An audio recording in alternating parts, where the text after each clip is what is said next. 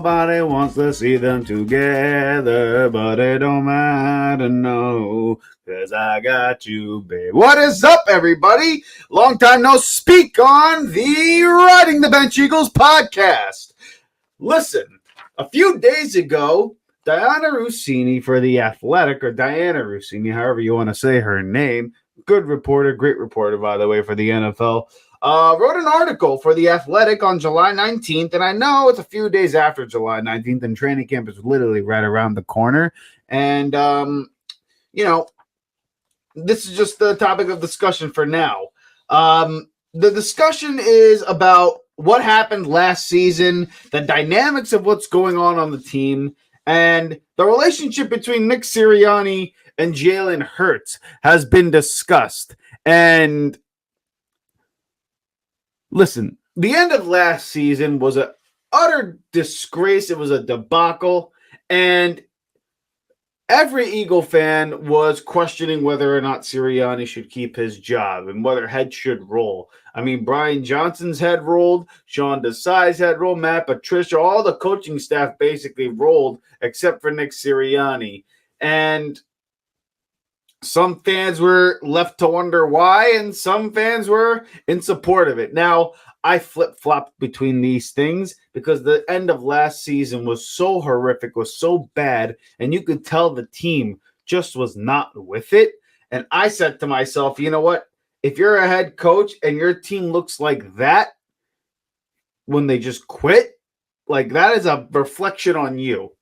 And it was also just a weird season with the way the offense looked. The defense was horrific. Jalen Hurts played poorly. But yet, every guy on the offense virtually had a career year. Like DeAndre Swift had a career year in terms of rushing yards. Devonta Smith and A.J. Brown, same thing. Career yards. I believe Jalen Hurts even threw for more yards than he did in 22. So it was a weird year where we ranked top 10. We were number 8 in offensive ranking, and yet it was literally one of the worst offenses I've ever seen in my career as a Philadelphia Eagles fan. It was the most remarkable thing, actually, that I have seen. And the way this team looked was horrific. And towards the end of the season, after the Tampa Bay Buccaneers game, when they did off-season interviews and they were asking Jalen Hurts questions about Nick Sirianni. And if you guys remember this, I would really encourage you to look up some of the commentary by Jalen Hurts and Nick Sirianni. And he did not give a vote of confidence for Nick Sirianni. And now, granted, that is just how Jalen Hurts does business for the most part, except when you ask him a question about Kellen Moore, but that's neither here nor there. He did not give a vote of confidence for the guy. And when Dianna Russini, this is what the main part of the episode's about, guys, wrote the article saying that the relationship between head coach Sirianni and quarterback Jalen Hurts was a work in progress, it gave such cause to pause for a lot of people. Now, I've always been somebody who said that, really, I shouldn't say always, really at the end of last season, after the Buccaneers game, I'm like, there's just something not right between Hurts and Sirianni. And when you're a star quarterback and you don't give a vote of confidence for your head coach, there's something amiss. Okay? And there have been plenty of opportunities for a guy like Jalen Hurts to stand up for Coach Sirianni. That question a few weeks ago when he was talking about the offense and talking about how Nick Sirianni was doing as a head coach, and Jalen Hurts didn't really say much of anything. He could have just said, "Oh yeah, Sirianni's doing a great job. He's doing excellent." He didn't say any of that. Okay, complimentary of Kellen Moore, but really not much to say about Nick Sirianni. And this article kind of reflects that. And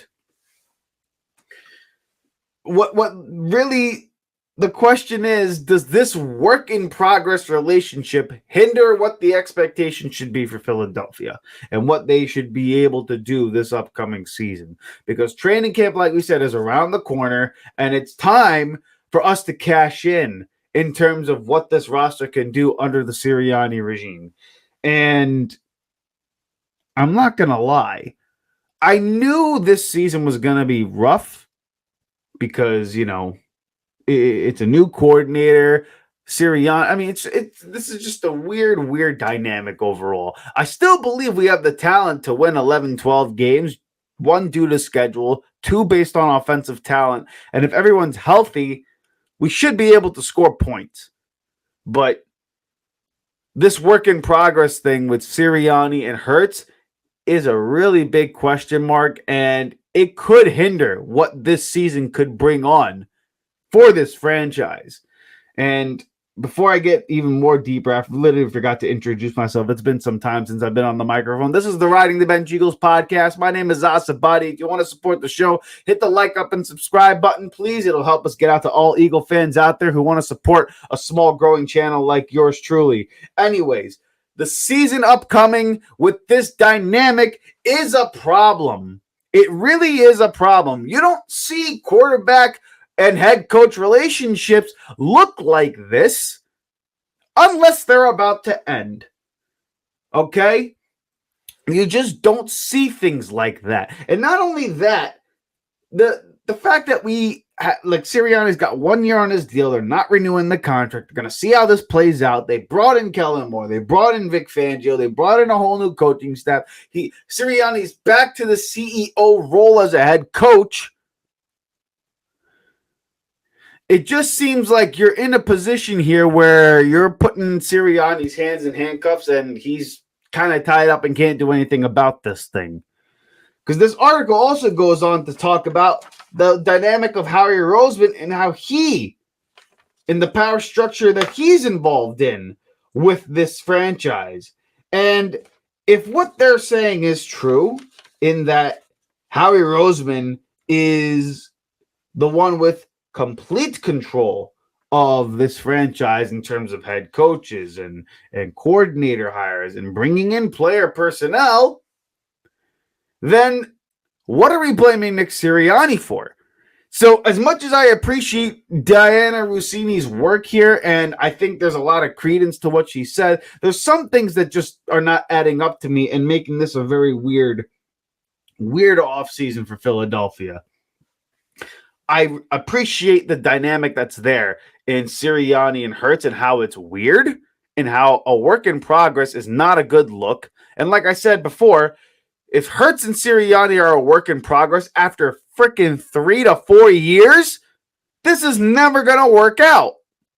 And you probably need to get rid of one of them.